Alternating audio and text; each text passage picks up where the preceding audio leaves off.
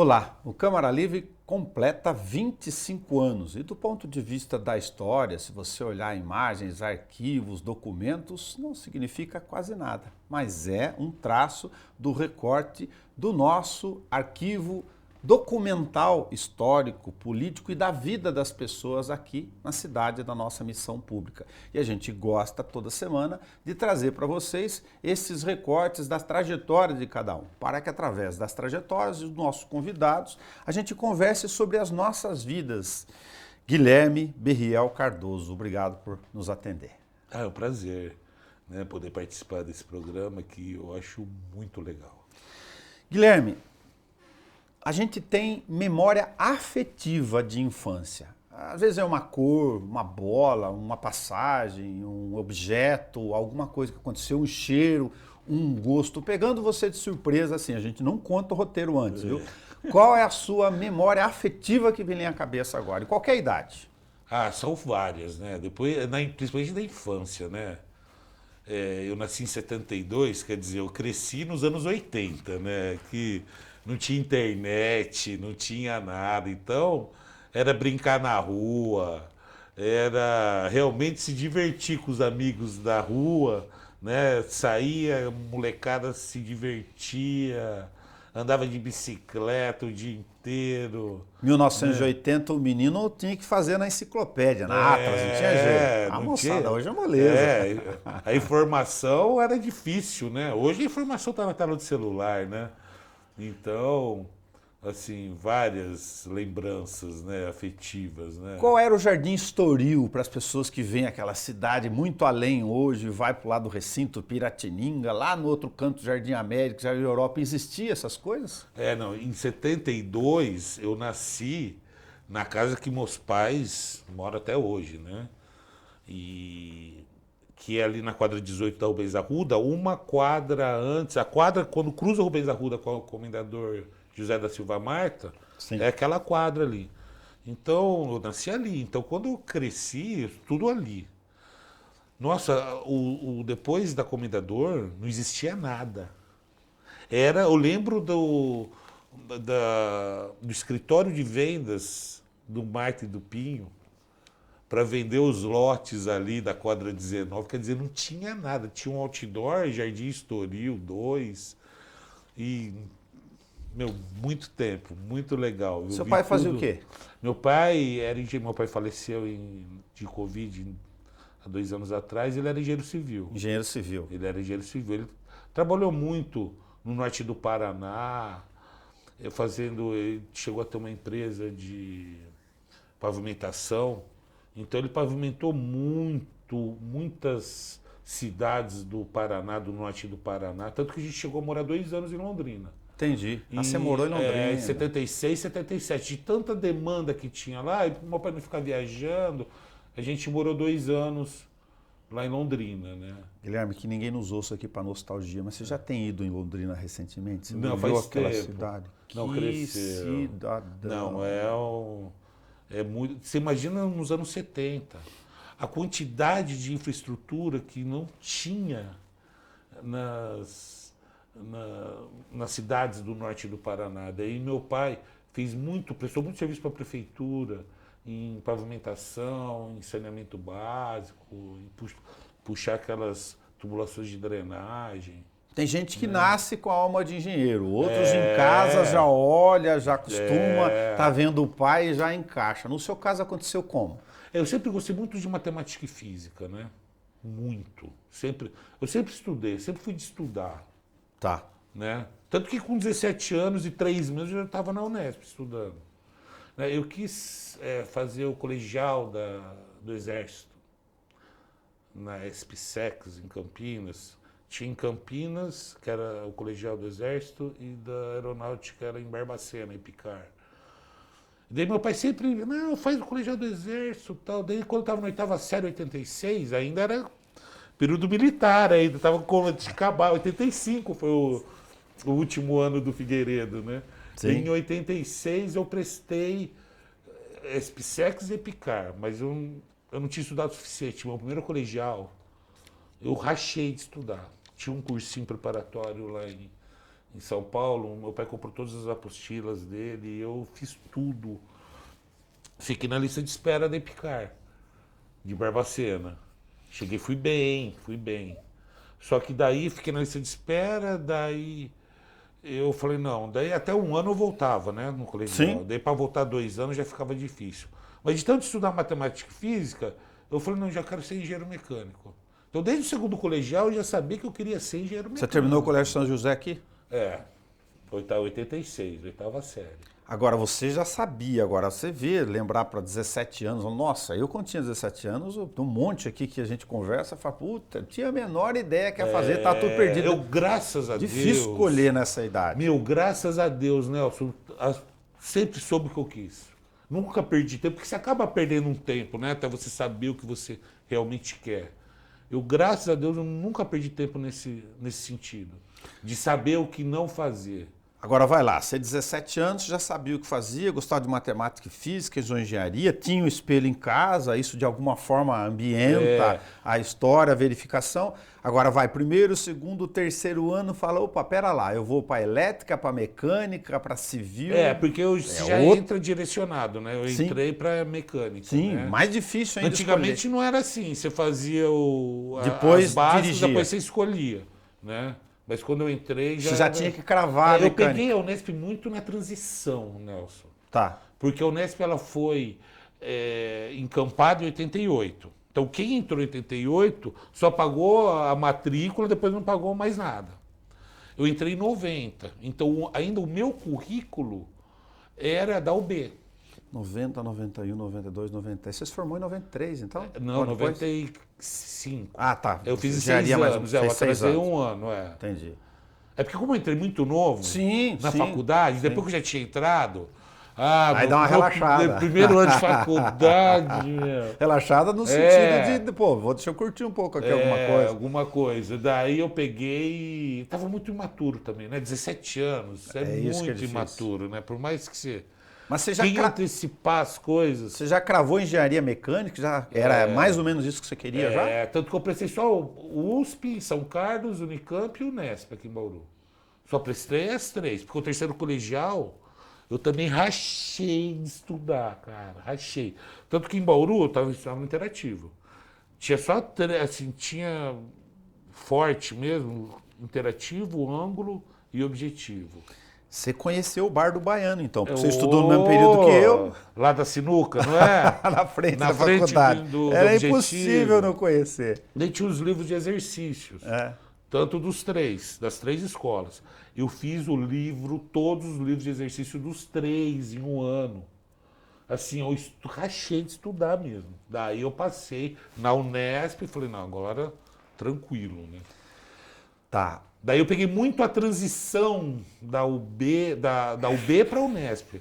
Já de ter entrado no Que a vestibular mentalidade da Unesp até não, adaptar a era outra. infraestrutura da Unesp não tinha nada. Não tinha nada. Não tinha nada. Era um matagal. Hoje, lá, você compara com hoje, nossa. O departamento de engenharia mecânica era uma sala. Que ficava todos os professores com as suas mesas, uma do lado da outra. Vou citar um dado aqui para quem é engenheiro no meio vai saber, mas as outras áreas não. Hoje a moçada pega o software com o AutoCAD e desenha. Era na raça, no papel. Nossa, eu no A3 fazia desenho técnico mecânico. Aliás, foi a única disciplina que eu tive que fazer 3 vezes. 3 vezes, difícil. Nossa Senhora. Eles davam um motor explodido, assim, uma vista explodida, e falavam assim, desenhe ele montado. Quer dizer, coisa de doido. Coisa de doido. E na régua, porque hoje com o AutoCAD é muito mais fácil. Vou emprestar uma coisa que eu guardo toda vez que chega engenheiro. Como eu morei na República com 4 engenheiros, né? Maluquice da época, enfim, oportunidade. Eu vi aqueles caras estudando cálculo integral. Falei, vocês são doidos. Eles vão muito a fundo na matemática. Falei, vocês são doidos. Porque no dia a dia do engenheiro, se o engenheiro é mais de campo, acaba não usa. Porque sempre tem fator de Mas para entender a lógica, a forma daquilo, é uma maluquice. Tem que ter. Maluquice. O engenheiro acaba sendo o que a gente fala de cartesiano, tem que chegar a um resultado milimetricamente ou a visão que as pessoas têm de engenharia, dependendo da aplicação, é equivocada. por causa dos estudos, né, você acaba adquirindo uma mentalidade não cartesiana, né? Por isso que quando eu falo, Nelson, eu tinha um pensamento muito cartesiano, até eu concorrer em 2016. Até entrar na vida pública. Nelson, o primeiro, como foi uma revelação para mim, eu nunca tive essa vontade interna, eu quero ser candidato a vereador, é uma meta de vida minha ser vereador, não, nunca foi. E se não fosse o Dudu para me lançar, né? Eu Dudu também Ranieri, nunca educador, pai da Chiara. Da Chiara, nunca teria saído. Ele que te chamou, você ia nas Ele ia na reuniões Angelique lá. Ele ia lá? Porque a FIB é perto da Angelique. Sim, E sim. tinha o Bar do Neco ali do lado da Angelique, né? Sendo que ele ia todo domingo lá. Então sempre cruza. Ele ia lá, gostava de tomar uma cervejinha lá. Daí o Bar do Neco vendia um frango assado ali, ele comprava o frango assado, mandava picotar. E todo mundo do bar ia comer um pedacinho de frango lá. Então, era muito legal. Eu sempre tinha contato com ele. Eu lembro do Dudu ter conterrâneo do meu pai, conheci meu pai e tudo. Né? Ali as famílias se entrelaçaram na história da cidade. Né? E daí, ele, no começo de 2016, ele lá na Angelique.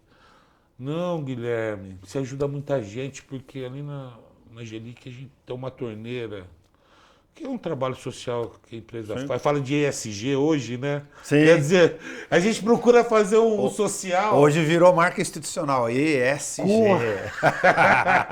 Responsabilidade Quer dizer, social. eu olho isso assim, pô, a Angelique faz um ESG já faz 20 anos já. Com a comunidade, porque para nós não custa nada ter uma torneira ali, deixando à disposição. Porque a gente tem imposto artesiano lá na empresa, né? Deixar à disposição da comunidade, né? Porque para nós uma torneira não... Mas você vê, já não é nada e já ajuda muita gente. Está correto, então, dizer aqui no recorte com você que essa ideia de como a gente participa da nossa comunidade e tal, ela pode estar em mandatos eletivos, como aqui, que você está tendo a oportunidade de representar agora, mas depende muito da mentalidade de como você convive com a comunidade lá, no seu negócio, na sua vida. Com você certeza. participa do seu bairro. Não, e a gente está lá na Castelo Branco desde 91. Tem uma história. A gente ajuda lá a comunidade com essa torneira há 20 anos, antes de eu pensar em ser político. Uma avenida difícil, hein, Guilherme? É o trânsito da Índia, que eu falo. Já viu? Quitutes, lá, chamou o carrinho lá, esqueci agora. Ali é porque o trânsito na Índia, é caótico, né, meu? Você não... Tá doido. E ali o Andar trânsito... 2 carros, 2 faixas ao mesmo tempo, não, esquece. É caótico ali, principalmente na quadra 27, quando a gente fica ali, por causa do bazar da construção. Muito movimento de cliente, caminhão. Tem horas que fica meio caótico, mas no final dá tudo certo, né? Você acabou sendo chamado para a vida pública, para ir... E que visão que você tinha de fora? Então, não vou entrar nisso aí, daí, não. Tem que debate doido lá. Meu pai já foi candidato a prefeito em 82. Boa. Candidato a deputado estadual em 2000. Então, aí que tá. Isso que eu ia pegar. Na sua casa tinha então, lá também outro espelho. Já tinha o espelho do meu pai, né? Mas eu nunca tive essa vontade de ser. Essa vontade que meu pai já... Meu pai foi candidato a vereador, ele estava na faculdade, ainda de 60 e pouco. Daí ele estava vindo de trem, né? O trem era forte naquela época. Opa. Tinha um vagão de estudante, porque tinha muita gente de Bauru que estudava em São Paulo. Vagão então, de estudante, olha o meu pai, assim, era um desses. Né? Porque na época, para fazer engenharia civil, só tinha 4 faculdades no estado de São Paulo. No estado de São Paulo. Hoje tem um monte. Que era São Carlos, a USP, a Poli, a FEI, se eu não me engano, e um em São Paulo, com o Mackenzie, onde ele se formou. Tudo difícil passar. Então, se você morava em Bauru e quisesse fazer engenharia, você não tinha muita opção. E muita gente também que era de Bauru e ia para São Paulo, eles se conheciam. Então, ele só não se elegeu vereador porque atrasou o trem. Então, esse vagão de estudante de São Paulo que ia votar no meu pai, chegou atrasado. E daí não conseguiu votar. Engraçado, né? Daí, em 82, ele se elegeu. Ele chegou a ser secretário de obras, se eu não me engano, 82 era Edmundo Coube? Não, foi do Speggen, Gasparini. E antes. Eu acho que do Você era o Franciscato, Coube. o Edmundo Coube ou Coube ali. Franciscato. Tá no meio ali. Não sei qual dos dois ele foi. Tá. Mas ele já foi 2 vezes secretário de obras, né? Sim. Então sempre sim. conversamos política em casa. É isso que eu ia né? falar. O sobrenome Cardoso para política, ele estava sempre ligado à questão da vida pública lá dentro da sua casa. Não tinha jeito. Berriel não, mas o Cardoso sim. Sim. Tanto que quando eu falei pro meu pai a primeira vez, eu cheguei, falei, pai, o Dudu Ranieri quer que eu saia E aí? candidato a vereador. Ele foi meio contra, né? Foi? Para com isso.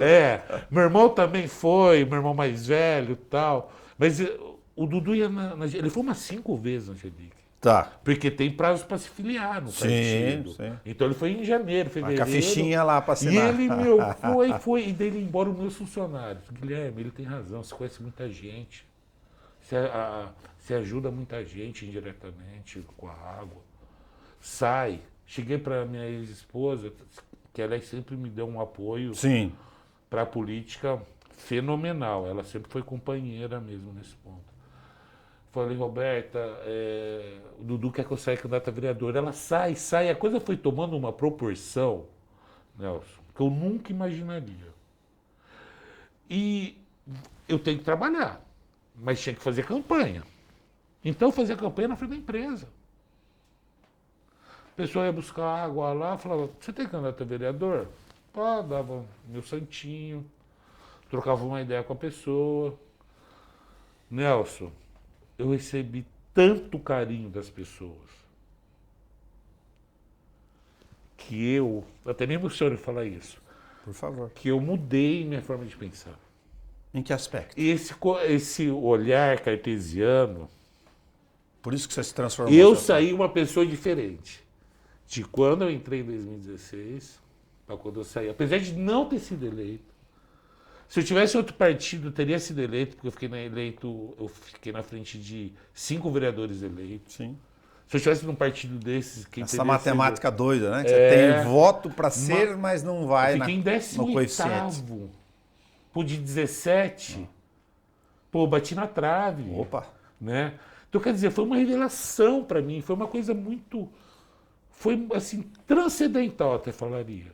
Porque transcende. Quando a pessoa te joga uma palavra de carinho, é tão louco você receber isso. Você acha que o poder público tem a ideia, lá fora, olhando para o Berriel cartesiano, para esse aqui que está na vida pública, da gente podia falar de vários aspectos, mas, por exemplo, assim, muita gente, às vezes, precisa de coisas simples, mas importantes para ela, mas que o poder público funcione para o que ela precisa. Com certeza. Com certeza. Olha, para mim, foi meio um choque de cultura. Quando, em 2021, eu entrei e fui vereador, porque eu fiquei 15 dias no lugar de Segala, que, aliás, eu só tenho a agradecer, né, por essa oportunidade de 15 dias, que foi muito proveitosa. Né? E a vereadora Chiara, também, porque eu era suplente dos dois. Em 2019, 15 dias do Segala. Em 2020, 50 dias do Dudu. Eu falo que foi o da Chiara. Eu falo que foi o Dudu que... Vestibulinho. Foi o Dudu que mexeu o pauzinho para ficar 50 dias. Lá do plano espiritual. Falou, Chiara, tira uma licença para o Guilherme ficar 50 dias. Né? E eu sempre brinco com isso. Né? E que também foi muito proveitoso. Né? Foi muito proveitoso. Deu para mostrar um trabalho, deu para mostrar um perfil meu, o que eu penso, o que eu acho. Como é que você lida lá com seus amigos, os familiares, a turma de casa, desse seu jeito no seguinte aspecto? Você tem um engenheiro, o cara empresário que tem que andar com a empresa em dia, sabe quanto que é duro cativar, conseguir espaço no mercado. Aí você vem para o mundo aqui que o tempo de resposta do poder público é uma angústia. Não, angústia total. E, assim, foi um choque. Né? Porque na minha empresa apareceu um problema, eu tenho que resolver na hora. Senão eu estou perdendo. Meu cliente está perdendo. Porque eu não respondo só por mim, eu respondo pelo meu cliente. Meu cliente depende de mim também para faturar. Tanto que se eu deixo faltar mercadoria, o cara fica doido. E eu entendo até o ponto de vista dele. Então é pressão, resultado, é pressão, tem que resolver. Então quando eu cheguei aqui, como vereador, porque você não tem muito, assim, como você está suplente, você tem uma experiência, Claro. mas não dá para você se aprofundar nessa experiência. Lógico. Que quando você assume, você é eleito, você consegue se aprofundar nessa experiência de vereador, né? Então é muito, você começa a ver uma outra, para mim, né, está sendo um aprendizado esse meu primeiro mandato, porque o meu mundo é completamente outro. Então você aprende muito. Tipo, eu não tenho experiência nesse mundo da administração pública, então eu estou aprendendo muito. Mas a administração pública também precisava aprender um pouco do Muito. setor privado, né? Mas com certeza. Desculpa o trocadilho pronto, para não ficar enxugando gelo. Nelson, o tempo de resposta tem que ser muito mais rápido. Eu até entendo que tem uma certa burocracia, que tem que ter, mas está muito burocrático os processos. A prefeitura se pega a processos de 50 anos atrás e não moderniza. Tem que haver uma modernização nos processos, né? Eu acho que isso é o maior desafio para o poder público, principalmente municipal. Estilo de fala, de jeito de ser. A gente está aqui, se habitua com os personagens que a população traz, conversa com você e já sabe que se for conversar com você todo dia, você fala do seu jeito, como você fala na sua casa, do mesmo jeito. Claro. Fala, isso aqui tá uma porcaria, tal, não sei o quê. Na tribuna você é assim. Ah. Você acha que as pessoas, inclusive o Poder Executivo, compreendeu um pouco esse jeito seu? Fala, é a minha forma espontânea de dizer. Mas, Nelson, para você resolver um problema, você tem que encarar esse problema de frente. Você tem que esmiuçar o problema para tentar resolver. Eu não vejo isso. O pessoal tocar em determinados assuntos. Tem medo de tocar em determinados assuntos, determinados problemas. E tem que ser discutido. Tem que ser discutido. Muita coisa tem que ser discutida.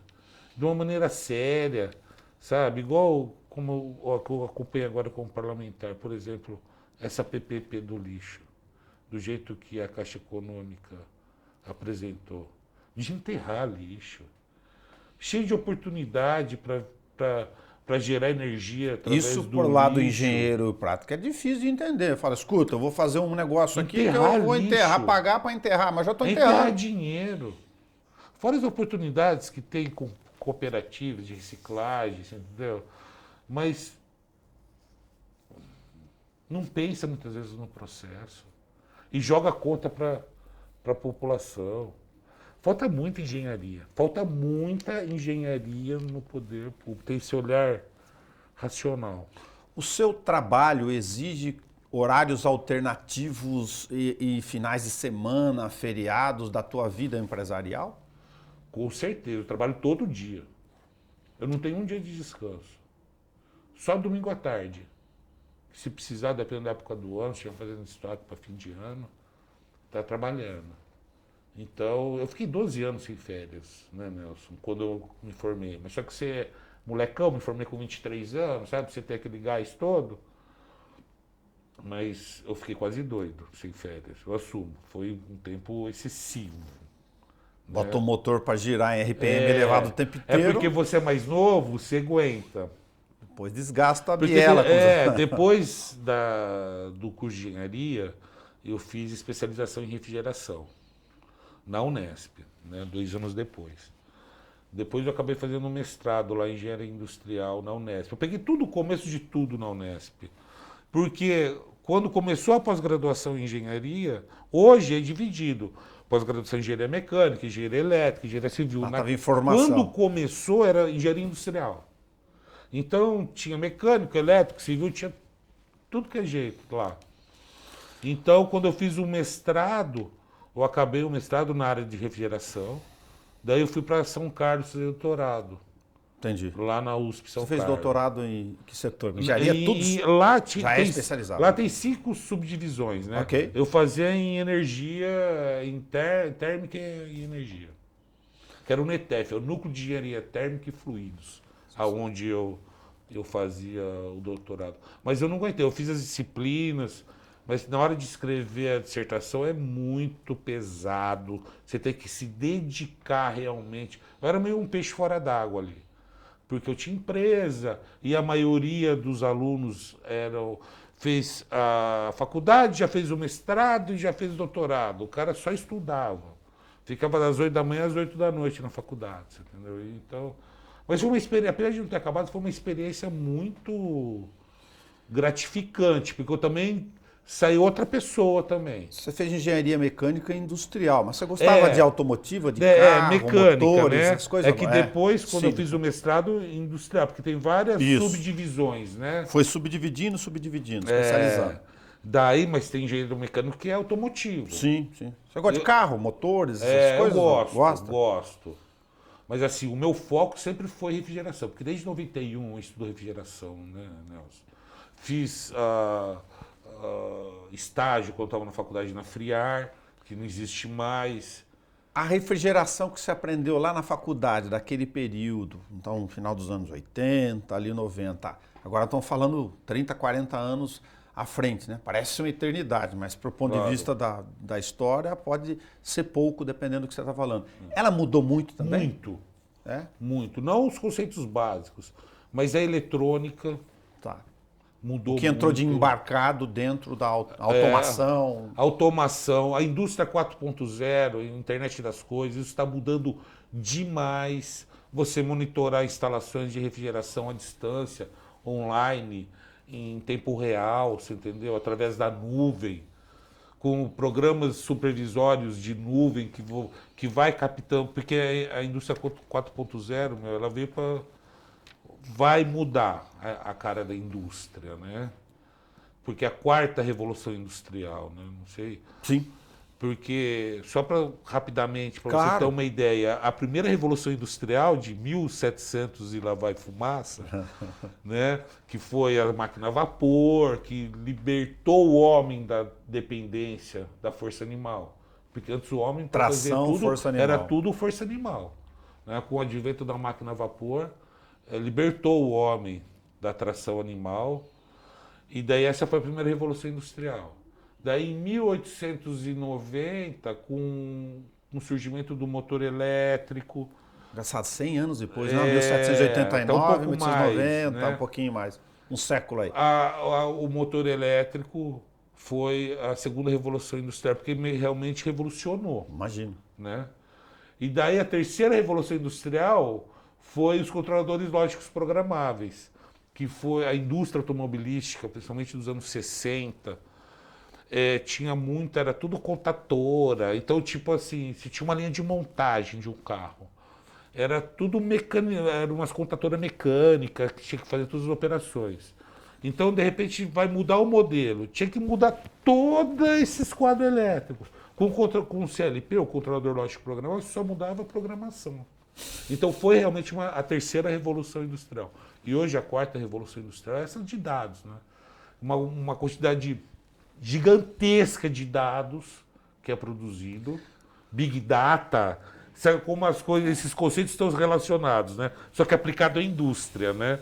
Com esse mundo tecnológico A internet, da né? internet das coisas, eu imagino lá do vereador, do engenheiro, que fica doido falando o seguinte: poxa, mas vai lá na SEMA, o cara puxa o talonário para preencher a rua do Zezinho, procura no mapa que quadra lote é. Não dá, né? Não, o que eu falo, é processos de 50 anos atrás, né? Que precisa modernizar. A prefeitura tem que modernizar. Não tem jeito. E hoje, por exemplo, com nuvem, com soluções em nuvens, você não precisa ter mais aquele hardware instalado, coisa louca, que era anos 80, 90, 2000. Hoje tudo você guarda na nuvem. Então, antigamente, a prefeitura tinha que ter um investimento muito pesado em máquina de computador para fazer as coisas. E hoje não precisa mais desse investimento. Né? Guilherme, que hora que desliga essa máquina aí, ó, da automação Não. e põe no modo off com você no dia a dia? A cabeça não para, Nelson. Cabeça, juro por Deus, não para, meu. E depois que você entra na política, ele já não parava, antes só pensando nas coisas da empresa. E daí você entra na política, abre a visão, né? Você tem uma visão maior das coisas, né? Principalmente de dentro da máquina, como funciona a máquina, como funciona a vereança, como funciona o poder legislativo, né? Tipo, somos em 17, aí tem pessoas com muita experiência. A Estela, por exemplo, tem uma experiência, Tem formação política lá de trás, daqui, foi assessora Então, parlamentar. sabe, ditou, a Chiara tem uma experiência, 3 mandatos. O próprio Marquinhos tem uma experiência, que é só vivendo. Essa experiência só vai adquirindo, vivendo, né, meu? Não adianta estudar, você tem que viver. Então é muito legal porque eu pego um pouquinho de cada um para minha formação, Tá. né? Como vereador, né? Tipo, o Meira, um cara super sério. Um cara, sabe, que já foi comandante geral da Polícia Militar. O cara tem muita experiência, né? Você é caçula de 3 irmãos. O estigma, 4, de quatro, desculpa. é. O estigma de caçula valeu pro Guilherme? Não, segura, é o menino, é o mais novo. Em casa, como a diferença entre eu e o meu irmão mais velho são 6 anos, né? Meu irmão é de 66, eu sou de 72. Então eu sempre peguei as rebarbas deles, né? Porque é o Pílio, o Marcelo, a Lisete e eu. Então, tipo, o carro. Meu pai dava o carro pro Piri, que depois passava pro Marcelo, que depois passava pra mim. Ele pegava com o motorzinho e já atrapalhava. Eu já pegava o carro, já detonado, né? Meu? Então eu sempre fui de pegar a rebarba dos meus irmãos, né? E minha mãe também nunca... Acho que por ser muito pouco tempo a diferença entre meus irmãos, eu nunca fui assim, uma pessoa mimada. Igual tem um irmão da minha mãe que ele foi temporão, né? Meu tio Holmes. Entre a minha mãe... Bem, quando minha mãe começou a namorar meu pai, minha mãe tinha 13 anos, meu tio estava nascendo, né? Então, o meu tio, por exemplo, sempre, como tinha muita diferença de idade, os meus avós sempre mimaram o meu tio, né? Mas acho que quase essa diferença muito pequena... Anos 80, né? Era Agora outra pegada nos 80. Você é emocional, todos temos as nossas cargas do dia a dia. Com E a certeza. vida traz surpresas muito duras. Né? Como que você lida com essa somatização interna, com a ideia das perdas da Covid, por exemplo? A Covid foi duro para minha família, né? Meu pai e meu irmão faleceram num prazo de 20 dias. No intervalo de 20 dias perdi pai e irmão. Mas o meu pai ainda, ele tinha vivido uma vida, sabe? Meu pai deu muito pouco trabalho. Ele deu trabalho uns 10 dias antes de falecer. Porque tem pessoas que, em fim de vida, dão um trabalho muito grande, né, para os familiares. Meu pai, graças a Deus, nesse ponto não deu muito trabalho. E uma pessoa já realizada, ele sempre falava antes, no fim da vida, que a vida deu tudo para ele que ele precisava, que ele era uma pessoa feliz, que era uma pessoa realizada. Então, até que a perda do meu pai, já tinha 81 anos, foi uma coisa mais fácil de aceitar. E agora, o falecimento do meu irmão foi mais complicado. Mas Deus fez o melhor para ele. Porque é duro quando você vai visitar um irmão, ter um ente querido, porque meu irmão se curou da Covid, teve morte cerebral. Então ele saiu da UTI Covid e foi para a UTI normal. Daí a gente podia visitar ele, porque quando ele estava na UTI Covid, não podia visitar ele. Tá. E ele já tinha tido morte cerebral e estava já no estado vegetativo. Então você vê uma pessoa tão... Que dificuldade. Então eu ia lá rezar e falava assim, Deus, faça o melhor para ele. E Deus fez. Tem que desprender, né? Desprendeu, porque se ele ficasse vivo, tudo bem, a gente estava preparado para tudo, mas ele ia ficar vegetando numa cama, não ia ter qualidade de vida. Então pelo menos ele partiu, apesar da saudade, né? Mas foi o melhor para ele. Guilherme, quem é a Meg? A Meg é minha filha, Yorkshire, 12 aninhos. A gente tem uma ligação violenta. É aquela relação pai e filha única, sabe? Ela te entende. Ela me entende, eu entendo ela, né? Então agora com a minha separação, a guarda é compartilhada e ela dorme na minha cama quando tá comigo. Faz o que... Ela manda no pai. Um pouco lá e um pouco cá. Ela manda no pai. Você já sempre teve cão na tua vida ou não? Sempre curti cachorro, né? Eu sempre falo, já fui cachorro em vidas passadas, então minha alma está evoluindo, já fui cachorro. Você é religioso ou não? Sou católico de formação, gosto muito da doutrina espírita, Chico Xavier, né, Divaldo, né, eu gosto muito. Divaldo Pereira Franco, um gênio, né? Eu gosto muito de escutar. Da luz dele, é um gênio. Né, gosto muito de escutar. E aqui a gente tá de passagem também, né? Isso.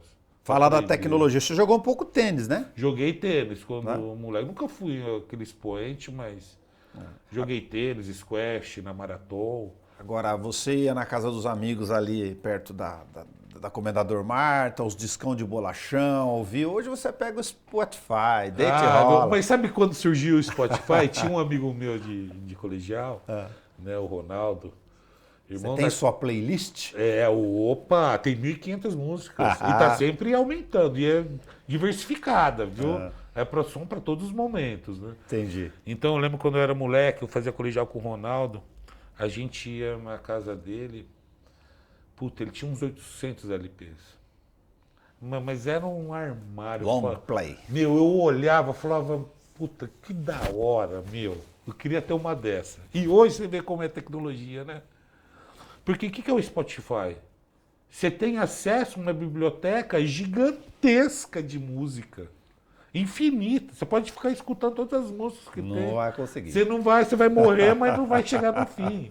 Então, quer dizer, é uma biblioteca infinita de música que hoje está na tela do celular, né? Que coisa, né? E você vê determinado artista que você nunca viu, você vai no procurar, no buscar, você coloca o nome do artista, toda a discografia dele, tudo. Quer dizer, ficou muito legal, né? Eu já entro no carro, já conecta Bluetooth. Uma beleza música hoje, né? Hoje você fala com o aparelho, ele põe a música que você quer. Como né? facilitou, né? Como facilitou. Quer dizer, o celular hoje, que substituiu, né? Substituiu um monte de coisa, né? O que te frustra em Bauru? Olha, o que me frustra é a perda de representatividade da cidade. Eu, como vivi os anos 80 aqui, Bauru bombava nos 80, Nelson. Bombava. Bauru tinha representatividade. Bauru tinha 2 deputados estaduais, 2 deputados federais. Quase todos os departamentos federais estaduais estavam aqui sediados. Tudo. As indústrias, todo ocupados os distritos. Pujante. O centro de desenvolvimento da região era Bauru. E Bauru foi perdendo essa competitividade, essa representatividade.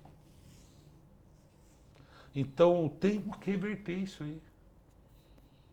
Normal até a região crescer também, é legal também, porque um acaba ajudando o outro, Bauru acaba ajudando a região, e a região também acaba ajudando o Bauru nesse. É salutar todos crescerem também, né?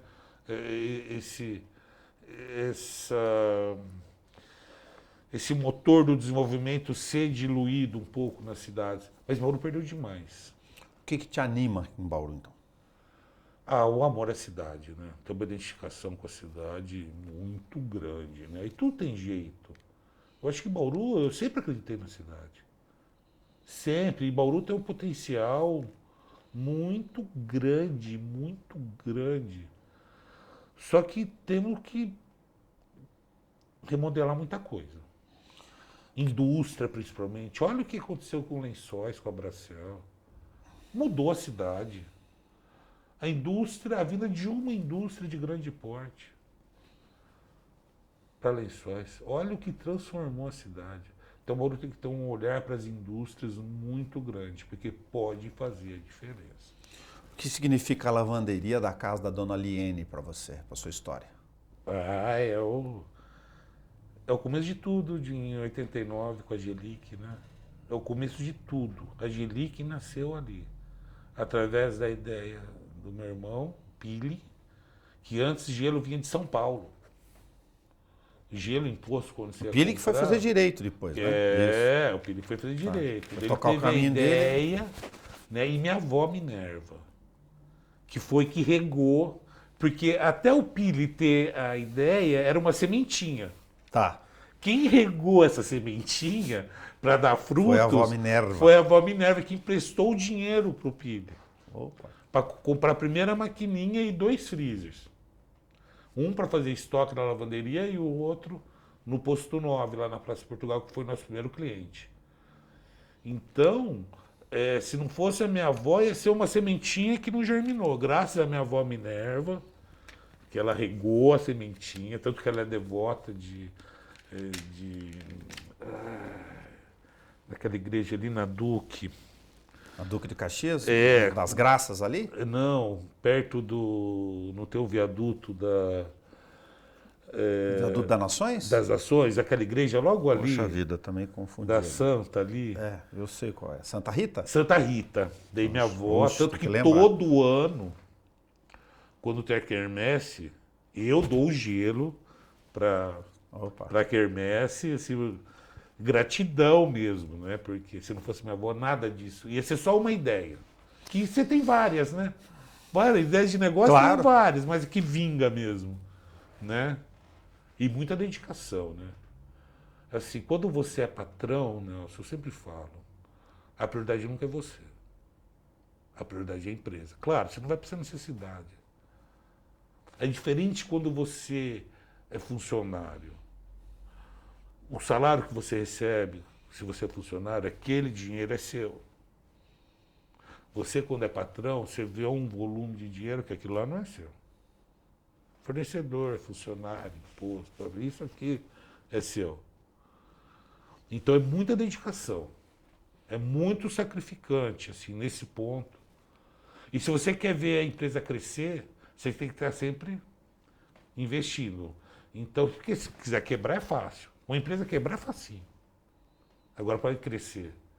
Então é muita dedicação, é muito trabalho. É complicado, assim. Brasil Você de- tem que estar com o espírito preparado, né? Porque nem sempre aguenta. Igual a pandemia veio. A Angelique estava tranquila, numa situação confortável antes da pandemia. Veio a pandemia, Trava tudo. parou tudo. Da noite para o dia, meu faturamento caiu 80%. Com funcionário, com tudo, não mandei ninguém embora. Peguei o Pronamp e tal, mas tem que devolver o dinheiro para o Opa. governo, né? Se ele deu uma ajuda, tal, mas tem que devolver para o governo. Então, nesse ponto, ajudou, tal, mas você vê, mudou tudo. Até agora retomar, ainda não retomou ainda. Os níveis pré, Tá recuperando. tá recuperando. Então não é fácil. O pessoal Imagina. acha que muitas vezes ser patrão é fácil, não é. Só vê as pingas que toma, né? Não vê os tombos que.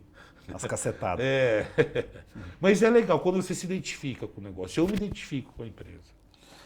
Guilherme, a gente está gravando aqui, tem coincidências da vida que a gente precisa registrar, não tem jeito. A gente está gravando em julho, apenas com a questão de marca temporal.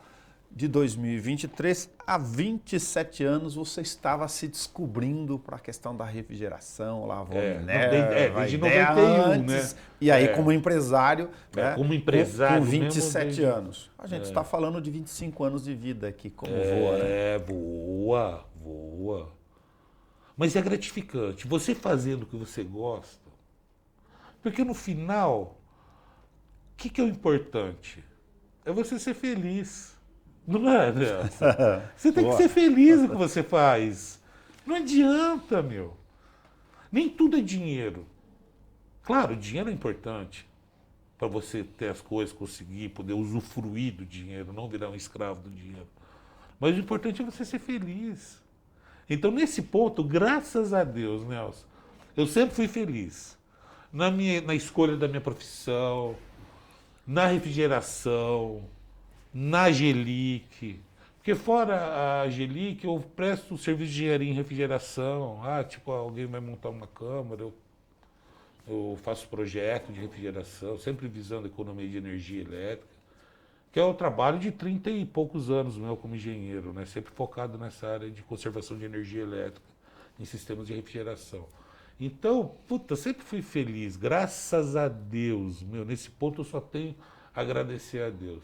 A minha felicidade profissional, né? Isso é muito importante, porque tem muitas pessoas que não são felizes no que fazem, né? Ah. Então, não é verdade? Eu vejo, você é uma pessoa feliz no que você faz, né? Então, você faz com gosto, não é verdade? Opa. Então, é isso que é legal também, né?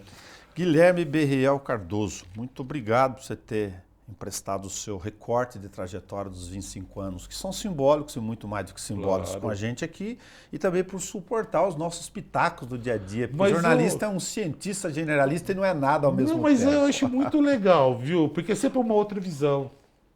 Sempre é uma outra visão. Por exemplo, os artigos que você escreve, por exemplo, igual esse último que eu vi da Conceição da Etna, é excelente. E você teve uma visão que, por exemplo, eu não teria. Então eu leio um artigo seu, por exemplo,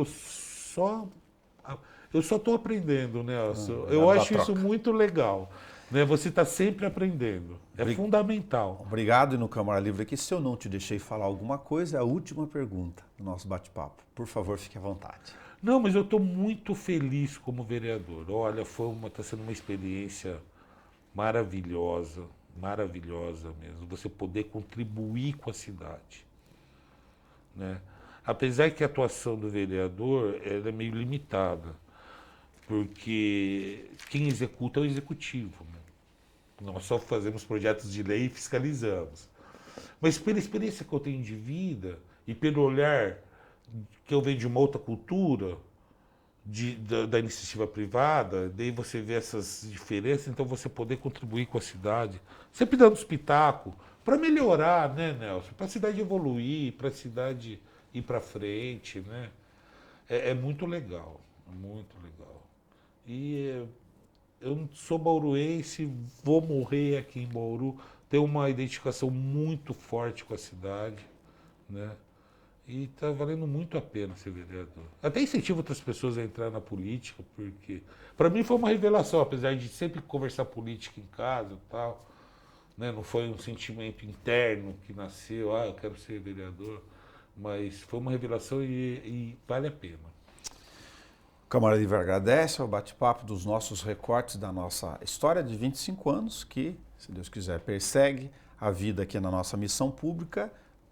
Comer franguinho assado com o seu José, eu falo do Augusto Vieira Ranieri, no bar do Neco, domingo à tarde, dá vocação, dá despertar. Então, hoje a gente conversar com dois Josés, o seu José Cardoso e o seu José Augusto, homenageados. Que meu pai sempre foi um incentivador meu, né? Apesar que no primeiro momento, quando eu falei pai, o Dudu quer ser candidato, ele foi meio assim, mas ele sempre incentivou. Pois vai. Assistia às sessões e dava os pitacos dele. Minha mãe até hoje assiste às sessões.